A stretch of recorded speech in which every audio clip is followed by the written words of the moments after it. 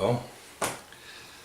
Alors, maintenant, on est rendu à la série d'exercices supplémentaires numéro 3.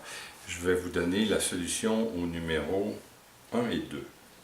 Alors, le premier numéro, on dit un bloc de verre rectangulaire très épais d'indice 1.5 montre un défaut près de la surface, une bulle d'air minuscule.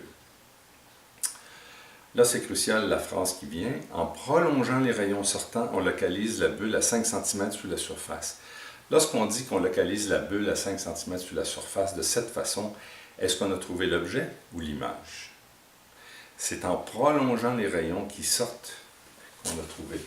Donc, si je trace un bloc de verre épais, puis là, je vais, fidèle à mon habitude, de faire voyager les rayons de gauche à droite. J'ai une bulle d'air ici. Disons, c'est ça mon objet. Les rayons se dirigent de gauche à droite. Et une fois à la surface, ils vont changer de direction, il va y avoir une réfraction. À cause de l'angle, étant donné que l'indice est plus petit à droite qu'à gauche, il faut que la divergence des rayons augmente comme ça. Donc, bon, ce rayon-là, lui, il continue tout droit. Ça veut dire que si on prolonge les rayons qui sortent dans l'air, ici on a un indice de 1, puis ici on a un indice de 1,5. En fait, ça c'est l'indice N', techniquement. Si on prolonge les rayons qui sont ici, ce qu'on va trouver, c'est l'image qui est située ici. Donc, ce qu'on peut dire de l'énoncé, c'est-à-dire qu'en prolongeant, blablabla, on trouve la bulle 5 cm sous la surface. On vient de trouver que L' est égal à moins 0,05 m. Et l'indice de réfraction, c'est 1. Donc, lorsqu'on regarde la vergence des rayons, là, ça peut être un point de confusion. La vergence des rayons image, on doit utiliser L' est égal à N' sur L'. Mais pourquoi on utilise l'indice de l'air? C'est parce que ce n'est pas l'endroit où se situe la bulle qui est important, c'est le milieu dans lequel les rayons voyagent qui est important. Donc, la vergence image, c'est égal à l'indice divisé par la distance. C'est l'indice du milieu dans lequel les rayons secondaires voyagent, divisé par la distance entre le système optique et le point image étant le point de rencontre des rayons sortants, toujours. Alors, ça veut dire qu'on va trouver 1 divisé par moins 0,05 m, ça nous donne moins 20 dioptries. Ça, c'est la divergence de l'image. On nous demande quelle est la distance réelle à laquelle se trouve la bulle sous la surface. Donc là, il faudrait pouvoir appliquer la relation fondamentale de l'optique géométrique, trouver la puissance. La puissance dépend du saut d'indice et du rayon de courbure. Étant donné qu'il n'y a pas de courbure dans cette surface, c'est une surface plane, ça veut dire que P est égal à N' moins N sur l'infini, parce que le rayon de courbure, il est pratiquement infini.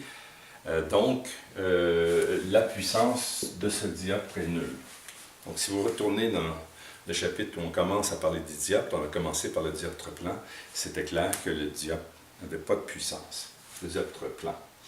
Ça veut dire donc que si on enlève P, c'est-à-dire P égale à 0, ben il reste L' égale L, donc on peut en déduire que la distance objet, la vergence objet est égale à N sur L, et ça vaut moins 20 dioptries.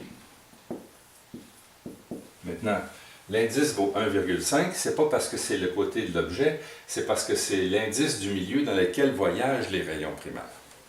Donc ça c'est égal à, ici il y a 1,5, ça veut dire que L va être égal à 1,50 divisé par moins 20, ce qui donne moins 0,075 mètres. Hein? Ça sont les mètres parce que c'est l'inverse des dioptries. Et donc, la bulle se situe du côté gauche, parce que c'est négatif, et 7,5 cm sous la surface. C'est ça la réponse.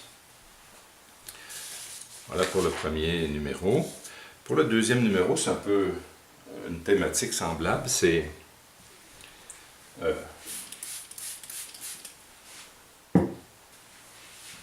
dioptre. C'est pas un dioptre plat, cette fois-là, c'est un dioptre sphérique, mais voilà. Donc, on nous dit une bulle d'ambre. Ça veut dire une goutte l'ambre, c'est la sève d'un arbre qui se cristallise sous forme parfois sphérique, parfois autrement, mais bon, dans ce cas-ci, je vais schématiser une bulle d'ambre dont l'indice, on a dit que ça valait 1,55. On dit une bulle d'ambre sphérique transparente de 1 cm de diamètre. Donc le diamètre est égal à 1 cm ou 0,01 m. Et par conséquent, le rayon va être la moitié de ça, rayon de courbure éventuellement. On dit qu'il y a un insecte qui est prisonnier au centre. Donc j'imagine un insecte ici quelque part comme ça. Voilà l'objet. Il est prisonnier au centre. Et l'indice de réfraction de l'ambre, c'est 1,55. Donc évidemment, l'indice numéro 2, c'est 1 parce que l'ambre est dans l'air. On nous demande la première chose, quelle est la puissance du dioptre ici. Donc si les rayons voyagent de gauche à droite comme d'habitude, voilà, compléter le dessin. Trouver la puissance du dioptre. Alors la puissance,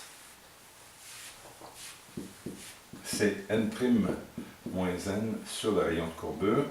Notez bien que le rayon de courbure va être négatif parce que le centre est situé à gauche.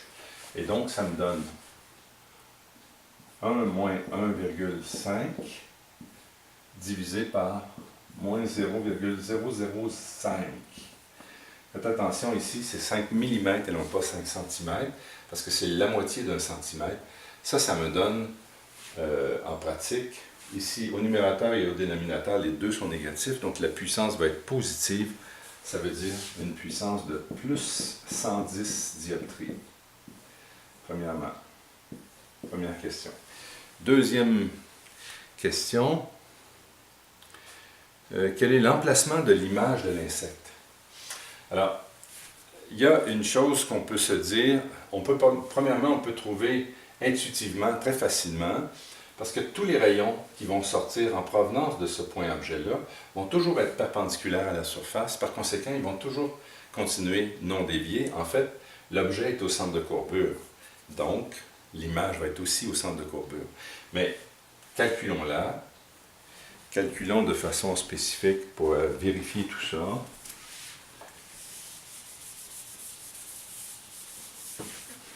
On connaît la puissance maintenant. Quelle est la distance objet? On sait que L est égale à moins 0,005 mètres.